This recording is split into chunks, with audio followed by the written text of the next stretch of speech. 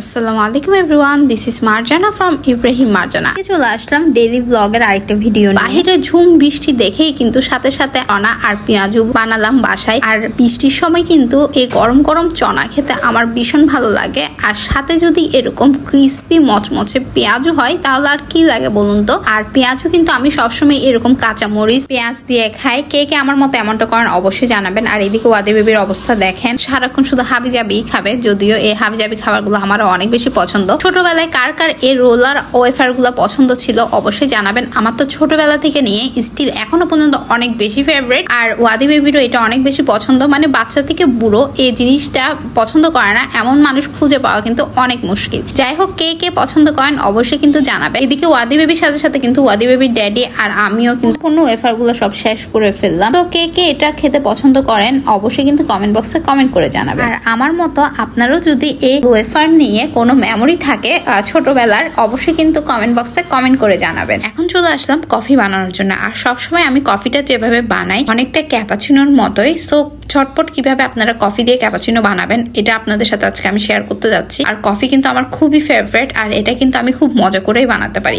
একটা পাতিলে পানি নেওয়ার পরে যখনই পানিটা ফুটে আসবে তখনই এর মধ্যে গুঁড়া দুধ দিয়ে দিলাম। এরপরে সব ভালো করে নেড়ে চেড়ে নিয়ে দুধটা চাল করে নিব। মাত্র 5 টাকা দামের এই কফির প্যাকেটগুলো দিয়ে কিন্তু কফি বানিয়ে দেখাবো যে কতটা মজা করে আসলে এই কফির প্যাকেটগুলো দিয়েও কিন্তু কফি বানানো যায়। আজকে এখানে যেহেতু আমি 2 কাপ পরিমাণে কফি বানাবো এজন্য 3 প্যাকেট কফি ইউজ করছি। আর এই 3 প্যাকেট কফির জন্য কিন্তু এখানে আমি প্রায় 4 চা চামচের মতো সুগার ইউজ করছি। আমি কিন্তু কফিতে একটু সুগার বেশি খাই, সো আপনারা কিন্তু আপনাদের টেস্ট অনুযায়ী সুগারটা দিতে পারেন। আর এদিকে সামান্য পরিমাণে পানি, নর্মাল যে টেম্পারেচারের পানি রয়েছে এখান থেকে সামান্য পরিমাণে একটু পানি দিব। পানি কিন্তু বেশি দিতে যাবেন না, সেক্ষেত্রে কিন্তু এটা ক্যাপাচিনোর মতো হবে না। খুব সামান্য পরিমাণে কয়েক ফোঁটা পানি দিয়ে এভাবে নাড়তে থাকতে হবে। আর দেখতে পাবেন আস্তে আস্তে কিন্তু কফির মিক্সচারটা চেঞ্জ হয়ে আসবে কালারটা। তো দেখতে পাচ্ছেন আমার কিন্তু প্রথম থেকে এখন কালারটা অনেক বেশি ব্রাইট হয়ে এসেছে। আর আস্তে আস্তে যখন এগুলো একেবারে মেল্ট হয়ে যাবে তো আর কালারটা যখন এরকম চলে আসবে তখনই কিন্তু